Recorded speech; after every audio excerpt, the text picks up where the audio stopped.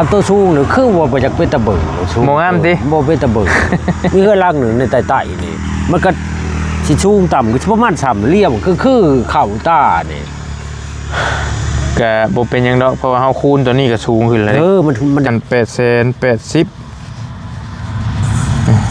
7 ล้าน มันเจ็ดแล้ว อันเฉพาะค่าชื่อเครื่องมานี่ได้ ปาโถ ธรรมดาได้ เบิด7 ล้านกับ 10,000 กับ 100,000 พี่น้องเอ้ย 7 ล้าน 100,000 แม่เฉพาะไอ้ชื่อเครื่องมานี่ ธรรมดา ปา เดือ เบิด10,000 กว่าบาทผู้ใดคิดว่าเพิ่นสิบ่ได้เบิดปานนั้น7 8 9 30 31 32 33 34 35 36 37 38 39 40 3 ล้านยังเหลือ3 ล้านปลายเบิดเท่านี้เงินซอยน้องบุญทวีเพิ่นพี่น้อง และยังนำบ่เตียงอีก 6,000 ยังนำบ่เตียงอีก 6,000 บาทเพราะว่าเงินค่าตะกี้นั่นเงินค่าถมดินนี่บ่เตียงสิเป็นคนรับผิดชอบแต่ว่าบ่เตียงเพิ่นติดเวียกบ่ลีก็เลยเอาเงินบ่ลีออกให้ก่อนแต่ยังนำบ่เตียง 6,000 ก็เอาไว้เก็บไว้ช่วยน้องเพิ่นนี่แหละ 6,000 กับ 3 ล้าน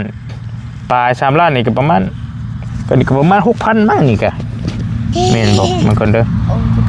สิได้แจ้งพี่น้องให้มันฮู้นำกันคักแน่พี่น้องเอ้ย ไปเฮ็ดดื้อมันต้องแตกป่าไว้ แม่นก็ประมาณ 6,000 เอานี่ก็ได้ 6,000 มันได้3ล้าน7ปลายๆตีไปซะ 6,000 นำบ่เตียงอีก 6,000 ประมาณ 12,000 พี่น้องเอ้ยคันค่าช่างสิได้อยู่บ่สมมุติ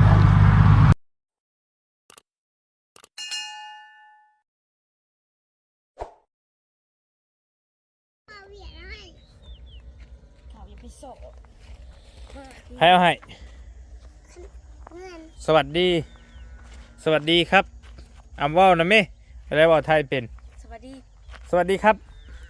ปรบมือ คุณมาจากประเทศอะไรครับ สวัสดีครับ ยกมือ ไม่ให้ว่าวอลีผัดบ่ว่าวคุณมาจากไหนครับ คุณหนีแผ่นดินไหวมาเหรอครับเอาเอาสบายดีครับสบายดีสบายดีเมย์เจ้าไปใช่เกาะ ไปเฮ็ดเวียก เฮ็ดเพียงยังบัดนี้ ไปหลังกระตุก ฮะ ไปหลังกระตุกน้ำพอ ไปเฮ็ดน้ำพ่อโพนอนพุ่นเลยเอ้าประคำนี้ได้ใช่ เด้อน้องเฮาน อนน้ำเจ้านี่ โอ้ยเมื่อกี้ทอดผัวแล้วนะเบิ่งนี่เบิ่งซุกนี่ก็อีลาน้อยน่ะไปน้ำเมไปทำในยูน้ำเจ้าอยู่3 เทิกบัดนี้ เลย โอ้ยพี่น้องไอ้เนาะชาติแหละอันเบอร์ไปกดเบอร์ไหมกดเบอร์อันเบาอันนั้นไปลุงหยังเกาะลุงนวลให้เพิ่นมาอ้ายสิ มันได้ไหม ฮะ นี่ได้ จะเล่นไปเบิ่งค่ายมันยังไอ้โทรหาเราอยู่มื้อน่ะค่ายมันไม่ยังเป็นฮะ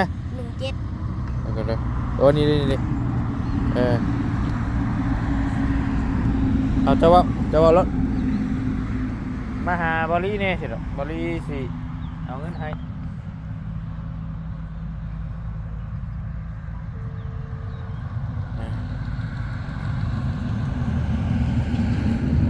บอลลี่มาตอนเล็ง อันนั้นสโนว์บอกพ่อมึงมาหาบอลลี่แน่บอลลี่เซลเงินให้บอกพ่อมึงมาหาบอลลี่แน่บอลลี่เซลเงินให้ ๆมาเฮือนพี่มาเฮือนน้องอุทวีพี่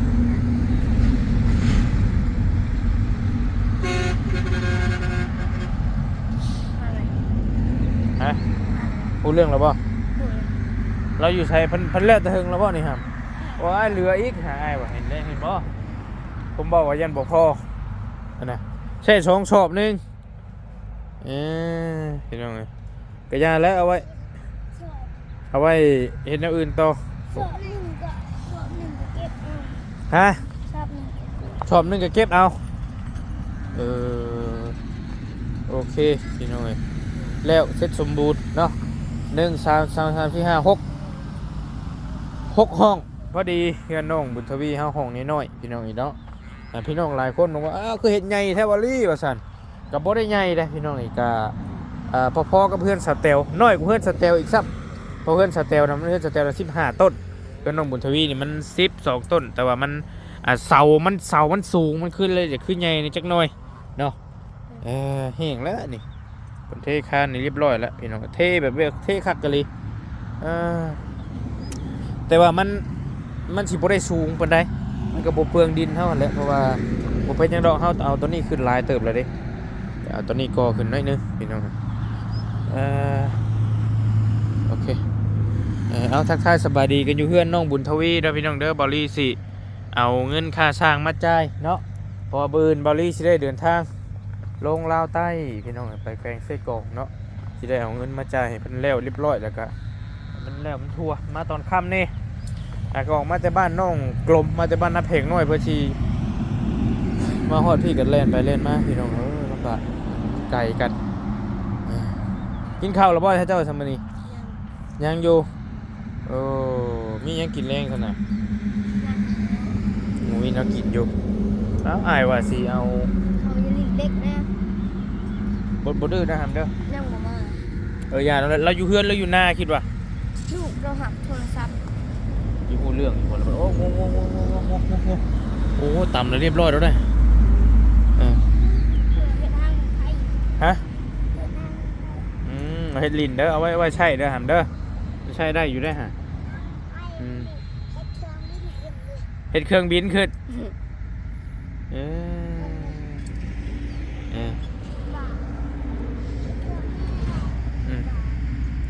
นอนกัน3 คนบาดนี้ตายครับดินเด้เพิ่นฮู้จะฮู้อยู่บ่เพิ่นจะเอาเข้าเมื่อใดตายครับบาดฮะเฮ็ดเครื่องบินก็ได้เกมหมูเพิ่นเอาฮู้เลย คือไม่หมูแดง เพิ่นเอาฮู้แล้วบ่รีว่านึกคิดว่าสิเอาเงินอ้ายว่าสิเอาเงินมาให้เลยเพราะว่าอ้ายสิไปเวียกจะสิมามื้อใดมันอีกหลายมันหลายมื้ออยู่มอสงกรานต์พุ่นแล้วสิได้มา ย้ายเปิดไปนำลากน้องคนอาบน้ำมาสิอาจอาบคาช่ง ก็ทั้งไทยทั้งลาวบาดนี่จะอาบคาช่งให้สร้างเรามาแล้วพี่น้องน้องบุญทวีเพิ่นอาบน้ำให้บักคำเพิ่นให้น้องเพิ่นมาสั่นบริษัทเอาเงินมาให้เราก่อนใช่ไงสบายดีมาคำจังหน่อยเดี๋ยวหาหมู่ว่าหรือว่าจะได้ไม่ได้เอาไว้แล้วแหละแล้วก็ไปแจกจ่ายกันพี่น้องเอ้ยบ่อนั่นช่ำติเรืออีกบ่หินเฮาเรือ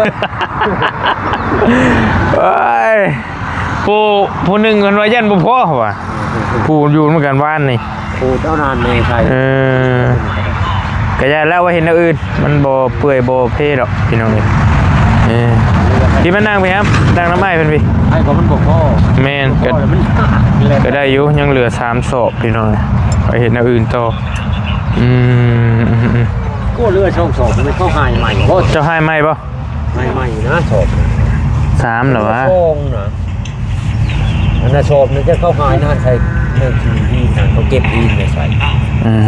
ดินต้นมันเรือเลือดเมย์จะเก็บใส่บ่ขยะมันแล้วบ่เป็นหยังดอกได้อยู่พี่น้องเอ้ยชื่อนี่จะเขาเก็บเป็นมีแต่อ้ายอันเพิ่นว่าสิดิตัวดินตัวนี้ได้เพิ่นว่ามื้อใดเพิ่นสิเอาเข้ามา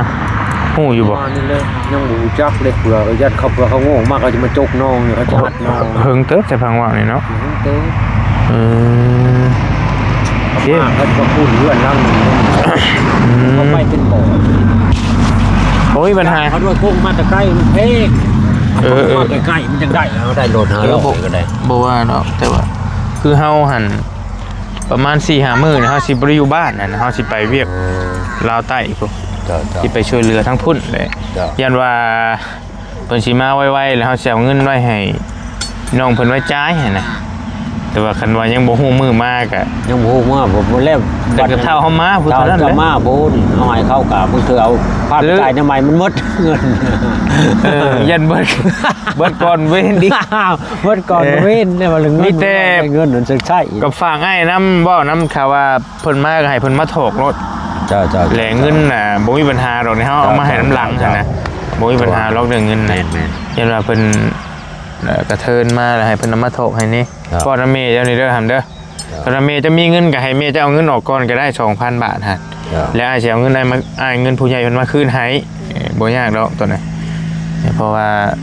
ก็อยากให้มันเห็นข้างในคันว่ามาบื้นมาฮื้อนี่สิเอาเงินไว้ให้แต่ว่า มันก็ยังบ่จัก เพิ่งช่วงสิหึงอยู่ เขาในบ้านนะโลด เขาโจมแล้วหมอ ได้ หมอนี่แหละเสียมาดน้อง เอาไหม ได้ก็ยากแล้วบ่เป็นหยังเอาอันนั้นเอามาลดถ้าว่าเพิ่นอยู่คั่นน่ะ เจ้า เป็นทางนี้เดี๋ยวเอาดินลงครับเจ้ายับมาพี่ก็ได้ยับไปใกล้ไอ้เพิ่นถูกไปเดี๋ยวยับไปนั่นนึงเดี๋ยวมีไปจับกล้องให้อยากมืดในน้อยนึงพี่น้องเลยโอเคชุบโอเคแล้วเดี๋ยวจังโมงนี่ไอ้ เนี่ยจะประมาณอยู่โมงว่า10 โมง โอ้แล้วแต่เว้นพุ่นสิเนาะ เขามาแต่เช้า ตัวได้2 คันนึงเนาะ ๆสองคานมาคาน มันก็บ่ คานก่อนอันนั้นยากเพราะว่าทับมันมัด เนี่ย ใส่ ทำไง อดว่าบ่เฮ้ยตัวนี้มันบ่ยาว แต่ก็ถือว่าบ่สูงเนาะเพื่อนน้องคนนี้เนาะ ดีงาม พอดีงามบ่เจ้าอ่ะ ผู้ดีงามผู้ที่รับกันเพื่อนทรงเดินทางแอวสูงกว่านี้แล้วบ่จักเป็นตะเบิง ขี้ไล่บ่ ขี้ลายโลดเพื่อนอันนี้ถ้าทรงอันน่ะ เพื่อเทพืชนี่เนาะนี่เนาะ เปิดเทพื้นก็ประมาณ5เซนมันก็ยับขึ้น ติดตะกะโลอีก ติดกะโลขึ้นอีก3เซนมันยับขึ้นอีกยับขึ้นได้ ขึ้นบ่ได้ไป ก็แล้วแต่ผู้มัก สูงมักต่ำแล้วเนาะ สูงมักต่ำได้ แต่นี่เพื่อช่างมันก็เฮ็ดตามหูค้านได้พี่น้องเอ้ยและอีกอย่างเฮาฝังลึกดินตัวนี้เฮาฝังลึกแล้วมันก็เลยหูค้านมันก็เลยอยากต่ำนั่นนึงแต่ถามว่าต่ำน่าเกลียดบ่ก็พอดีนั่น ดี เพื่อเทพืช ซาเลียมาเบิ่ง ติดกะโล แต่ละมองมันคำตัวสูงหรือคือว่าบ่จักเป็นตะเบิงสูง บ่งามติ บ่เป็นตะเบิง มีเฮือนหลังหนึ่งในใต้ๆนี่มันก็สิสูงต่ำก็ประมาณ3เหลี่ยมคือเข้าตานี่ ก็บ่เป็นหยังดอกเพราะว่าเฮาคูณตัวนี้ก็สูงขึ้นเลย มันสูงตัว คันว่าเฮ็ดดินเพียงราบเลยนี่บ่ต่ำได้ฉันนี่บ่ได้ บ่ได้ บ่ผ่านฉัน บ่ผ่านแม่นนี่มันคูณดินคือกับบักสูงตัวนี้ประมาณวง5-60เลยขึ้นมาตัวนี้มาเพิ่ม ลูกนะไม่เสืออะไร ระดับ40อีก มีแต่ สูงเติม หุ่มเลย โอเคเสร็จสมบูรณ์จักมือเฮาเฮ็ดมานี่อ้ายบ่บังกล้องอ้ายลูกพี่มาพี่จักมืออ้ายเฮาเฮ็ดกันมานี่ จังหวะนั้นว่าน้องคนบางคนลืมไว้ มือใดวะก็เฮ็ดแต่มือคือว่าได้ผักนำนี่เนาะ มันบ่ได้เฮ็ดของมึงนี่เฮ็ดมือวิทย์ก็ขุดอันนั้นแล้วก็พากันยาที่ขุดแล้วก็มือนึงขุดมือช่องแล้วก็เทแล้วแล้วก็โง่มากก็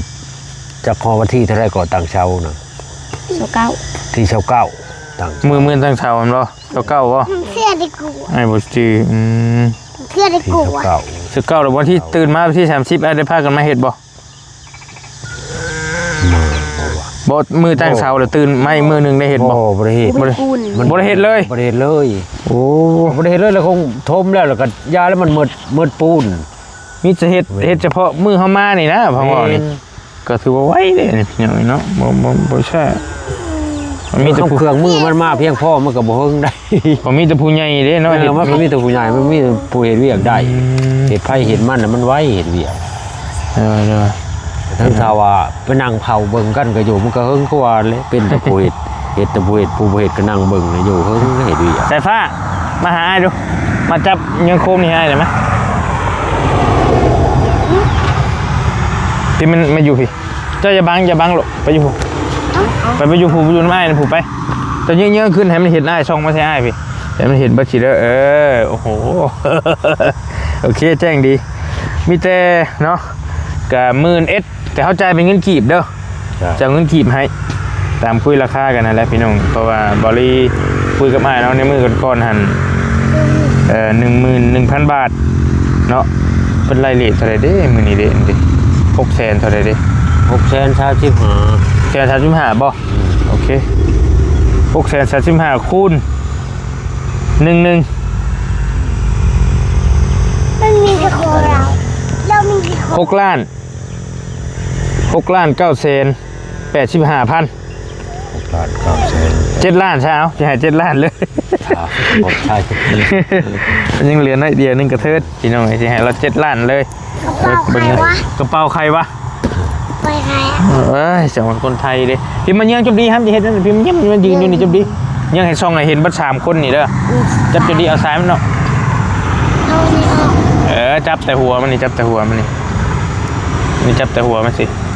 นี่โอเคมาจับดีๆให้มันเห็นบัดนี่มีกัน4 คนคนนี้5 คนเกือบตายเลย จะไปจับแทนน้องไปให้มันเห็นจบดีสินายจะนายกับช่าง2 คนก็ได้ให้จบดีมาก็ไปลินภูวันนี้ไป2 คนจะไปจะนำเงินให้เพื่อนก่อน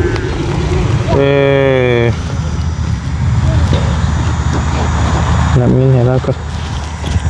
จ้ะเป็นกี่ได้พี่น้องเบิดน้ำเฮน้ำชายว่าเป็นของหน่อยสั่งมา2-3 เที่ยว 3 เที่ยวลีคิดว่าอย่างละครึ่ง เขาอยากเฮ็ดซื้อเก่าจังสิต่อซื้อหลายๆน่ะคล้ายๆนี่ประหยัดงบอีกซื้อหลายๆแบบเฮาซื้อหลายแล้วมันราคากันสิได้ลดแน่ โอ้โหนี่แหละนี่ก็ได้ เราไปซื้อน้อยนะโว้ยเรื่องพวกค่ายเครื่องใช่ค่าถือมาใช่หมายลายก็ซื้อคนละครึ่งยินมา ไม่ได้น้อยเดียว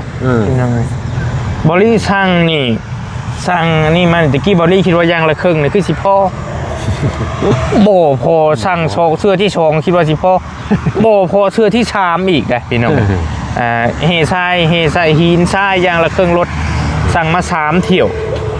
วละล้าน1 ล้าน 2 แสน ที่หนูเอง 1 ล้าน 2 แสน3 เที่ยวมันก็3 ล้าน 6 แสนเลย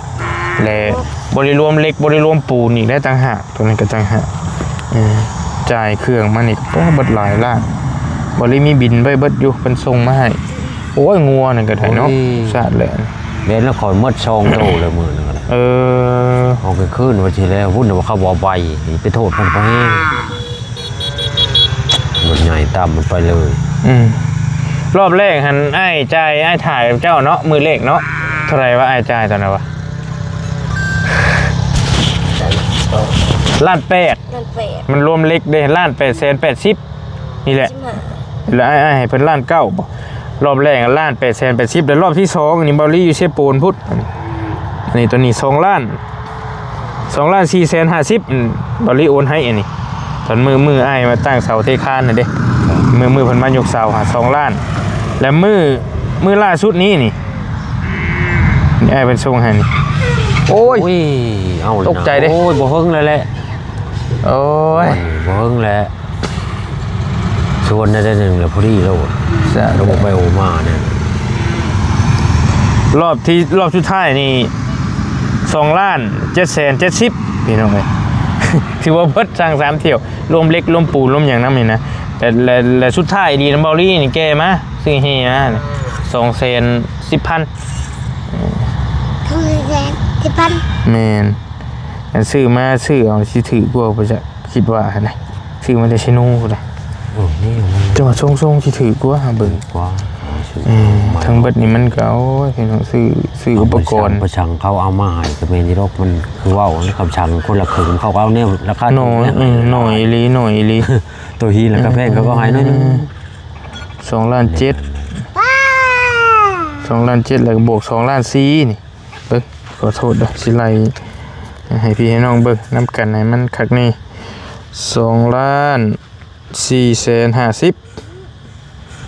บวก2,770,000บวก1,880,000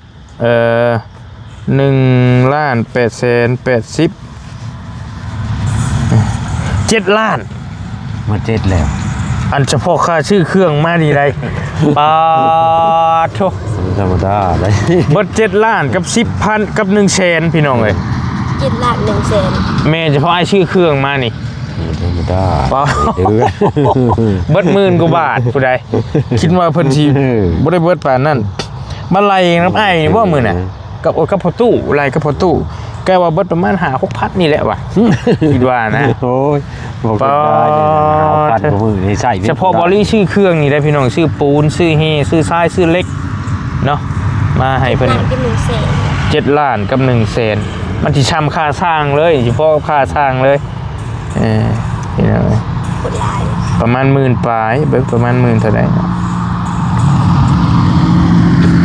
ก็ประมาณ10,000คือกันนี่ 11,000เอาพี่น้องมาเอาเงินให้อาสร้างแล้วบัดนี้1 2 3 4 5 6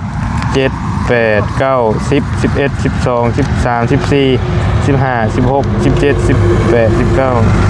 20 21 22 23 24 25 26 27 28 29 30 31 32 33 34 35 36 37 38 39 40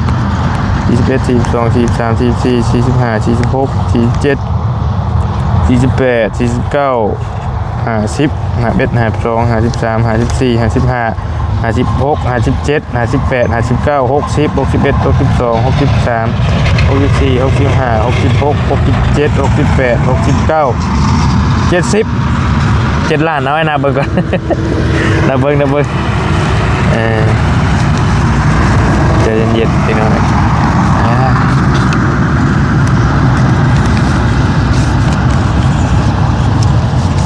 ต้องมีเสื้อวมนะอากาศเริ่มร้อนแล้วน้องบนาวไปแล้วบ้านใครอยู่เฮ้ยน้องคนสอนคนไทยนี่เด้ได้ไปอยู่ไทยเลยว่าไทยใช่ตลอด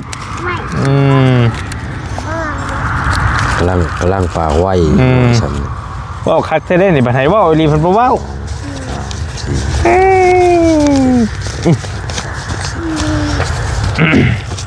กินน้ำลายแล้วท้องจะแตกต่อนึกว่าพันธีลินสงการนึกว่าพันธีหนาวบ่ปีนี้ฉันก็เริ่มร้อนมาแล้วพี่น้องก็เริ่มมันว่าบ่ได้มันมือหนึ่งร้อนมือหนึ่งหนาวแบบจะว่าร้อนมือมันดีจะว่าร้อนมือมันสิจิ้วอีกมันยาก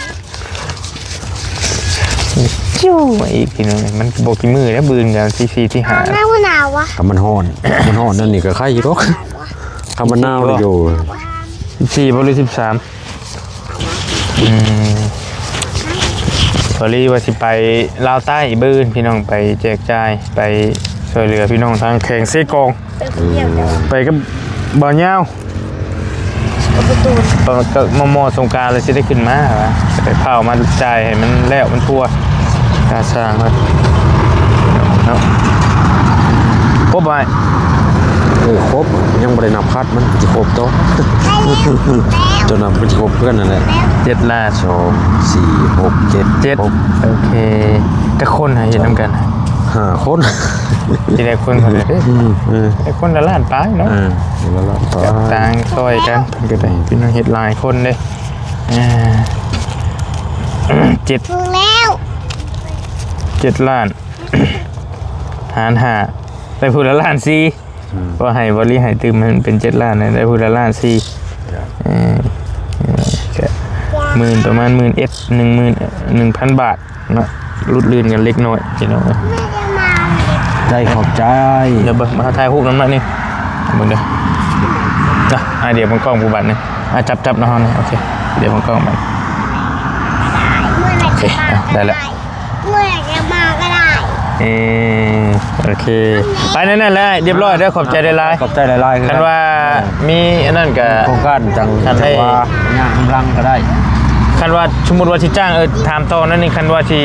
จ้างหลังคมหลังคาเนี่ยได้หูได้คุยกันอยู่บ่ยังบ่ได้ว่ากับเพิ่นยังบ่รอก็น่าชายใหญ่เพิ่นเพราะว่าชายใหญ่เพิ่นผู้เราชื่อช่างน่ะพ่อเพิ่นน่ะพอพุกบ่เจ้ากะบ่รีก็เรื่องเงินซำนี้แล้วเบิ่งขอโทษเด้อบ่ได้เผาหรอวะโอเคสิได้ถามเรื่องนี้ตอนนั้น1 2 3 4 5 6 7 8 9 10 11 12 13 14 15 16 17 18 19 20 21 22 23 24 25 26 27 28 29 30 3 ล้านเงินที่เหลือได้พี่น้องเหลือชิไว้ซอยน้องเพิ่นนี่แหละว่ามันสิเหลือเท่าไรบัดนี้เอาเบิ่งก่อน3 ล้านเดิน1ปนกันดิ2 3 4 4ปนกัน5 6 7 8 โอ้ยมันอ่อน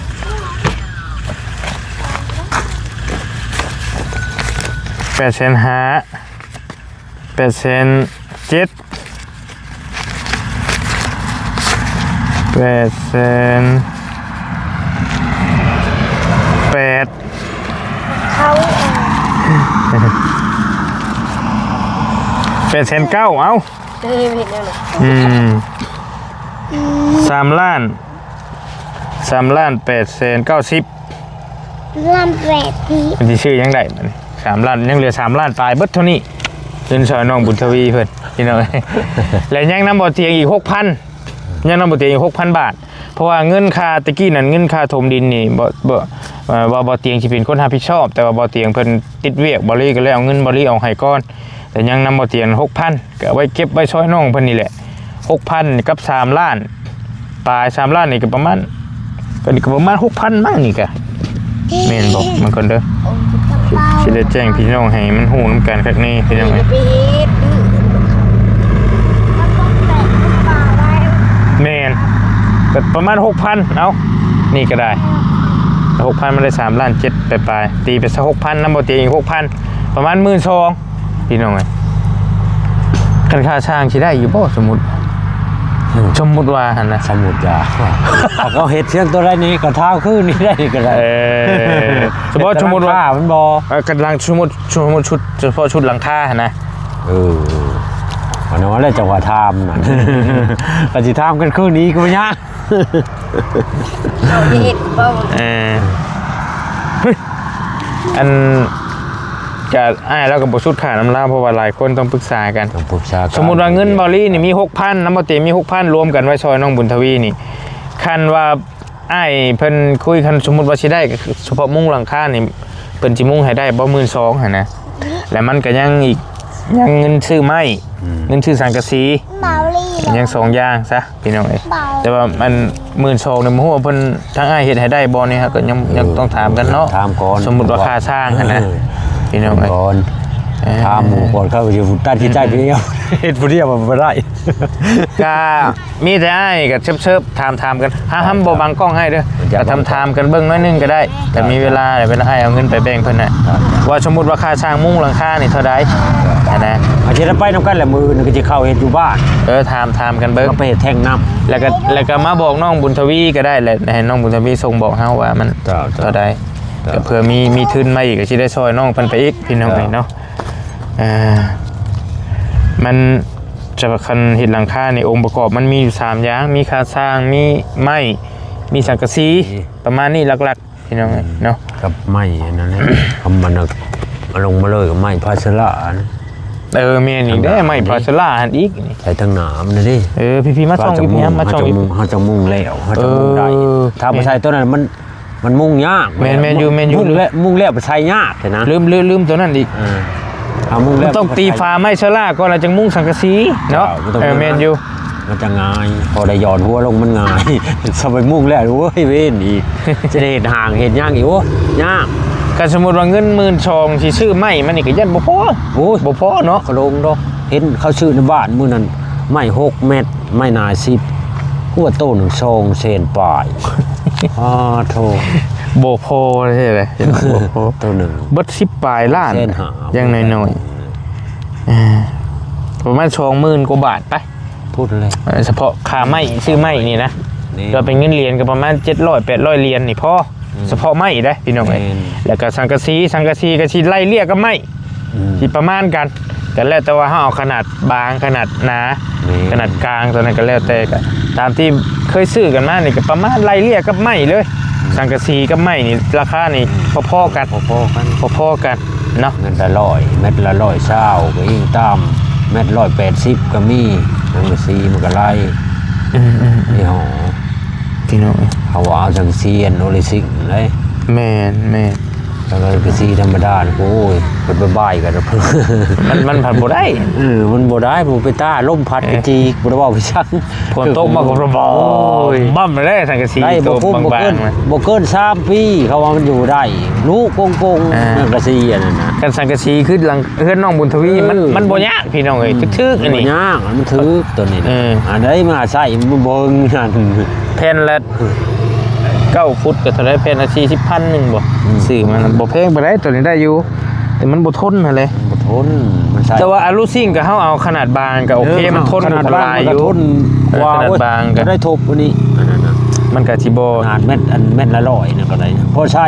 ประมาณ10,000ปลายนี่ก็น่าสิได้อยู่คิดว่าได้ยังนั่นก็10,000ปลาย20,000ไปพี่น้องที่พอสังกะสีนี่ก็ มันก็ คง บ่ได้กว้างบ่ได้ บ่กว้างบ่ได้กว้างปานใด ไว้ดอกมือสิ ประมาณ4-5 หมื่นพุ่นแหล้วเอาเฉพาะชุดหลังคาก็ได้รวมทั้งค่าสร้างค่าหยังคันมันสิพอได้จะบอกกับเฮ็ดเฮือนมันบ่แม่นของง่ายเนาะ โอ้ย ก็ย่าแล้วพี่น้องนี่ก็เพิ่นผู้ใหญ่เพิ่นซอยมานี่ก็โอ้ยสาธุแล้วดีใจน้ำน้องเพิ่นก็คันว่าเพิ่นบ่ได้ทุนเพิ่นบ่ชดบ่ซอยต่ออีกอ่ะให้ครอบครัวเพิ่นแล้วหาต่อเติมเองเพิ่นซอยซำนี้แหละเด้พี่น้องเอ้ยก็ให้เราหาเฮ็ดหลังคมหลังคาไปต่อไปแล้วก็ได้ชำไรก็เฮ็ดชำนั้นแหละเป็นไปได้กับมุ้งหลังคานี่แล้วไว้ก่อน นี่ มันจังบ่ปุบ่พังเนาะเขาทาอยู่พี่น้องไปได้ขอบใจหลายๆเด้อขอบใจหลายๆแนวใดก็จังว่าหลายๆจังว่ากันสิคุยกับน้องเพิ่นก่อนบัดนี้สิให้น้องเพิ่นขอบใจกันขอบใจ ไปโน่ ไปครับพอจะมา เสร็จแล้วเรียบร้อยบัดนี้ไปให้น้องสายฟ้ากับน้องนี่แม่เจ้าเพิ่นบ่อยู่เนาะ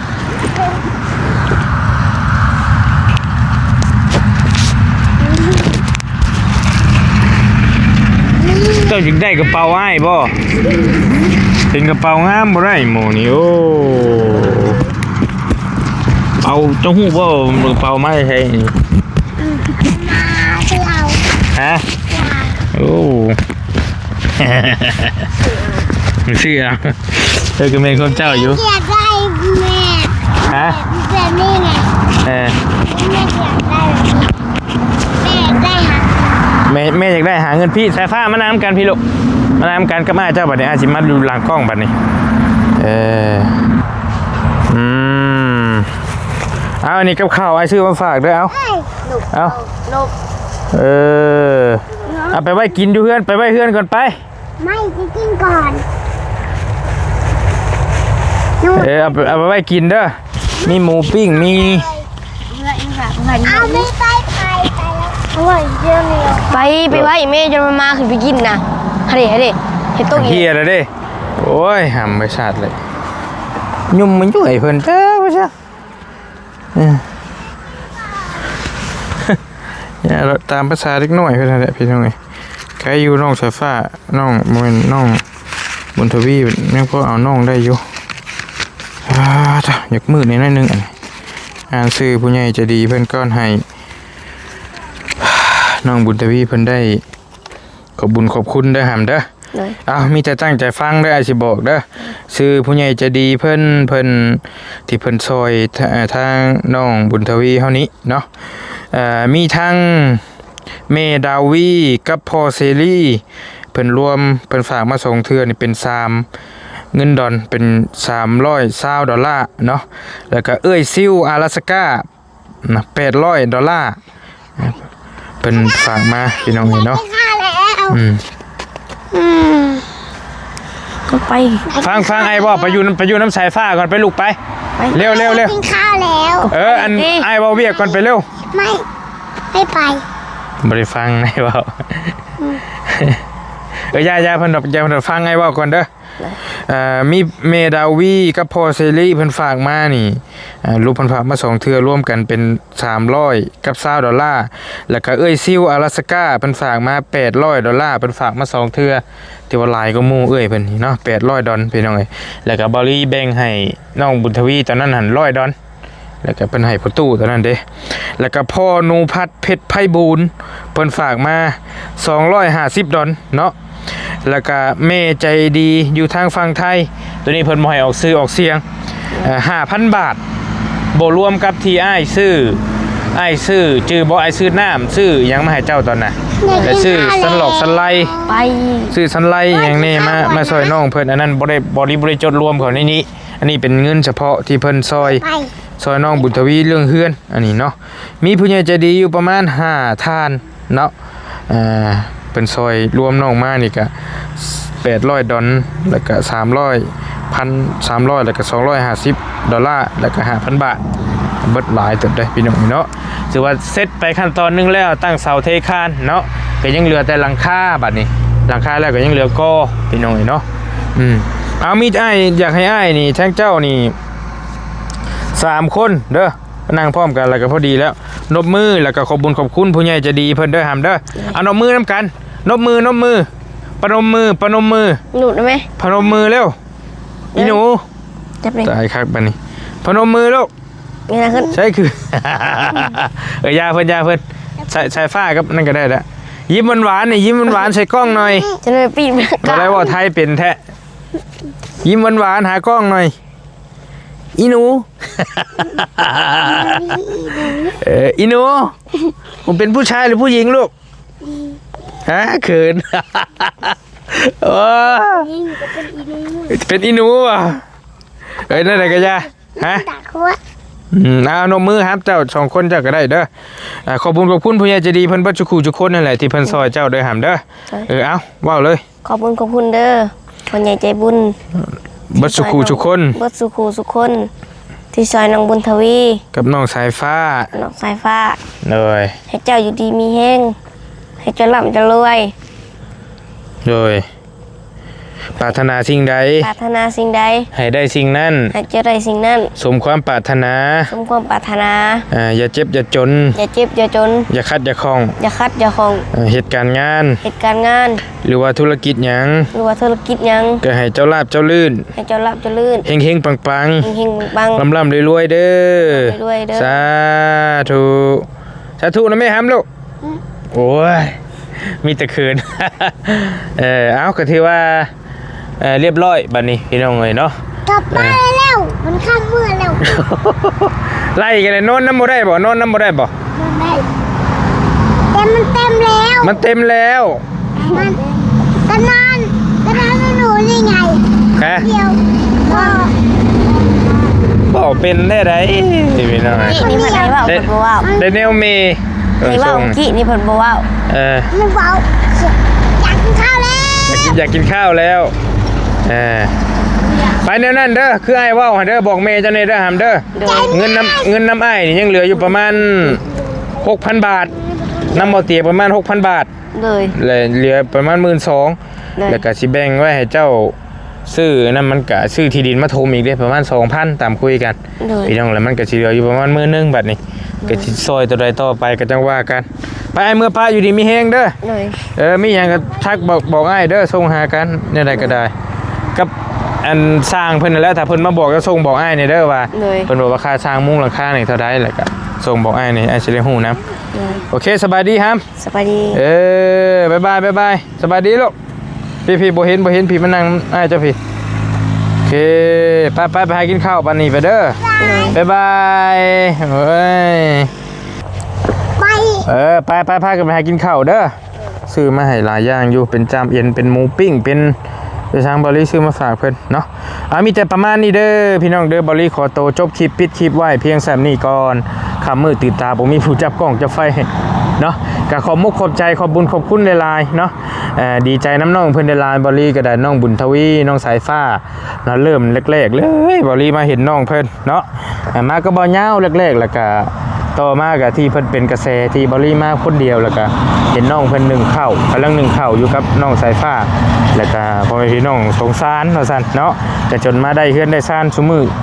เท่าซุมื้อนี่ก็เป็นความภาคภูมิใจเนาะดีมุกดีใจหลายบริก็ได้น้องเพิ่นได้ตั้งเสาเทคานแล้วถ้าเพิ่น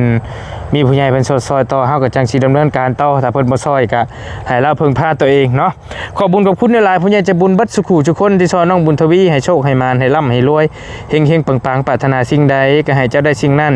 สมความมุ่งมั่นปรารถนาคิดเงินก็ขอให้ได้เงินคิดทองก็ขอให้ได้ทองเนาะ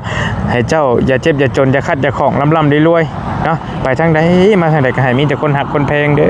อเนาะสาธุสำหรับคลิปนี้บอลี่ไปก่อนแล้วอยู่ดีมีเฮงโชคมาร่ำรวยบ๊ายบายพี่น้องเจอกันโดยโอ้ยหูจับกล้องให้โดย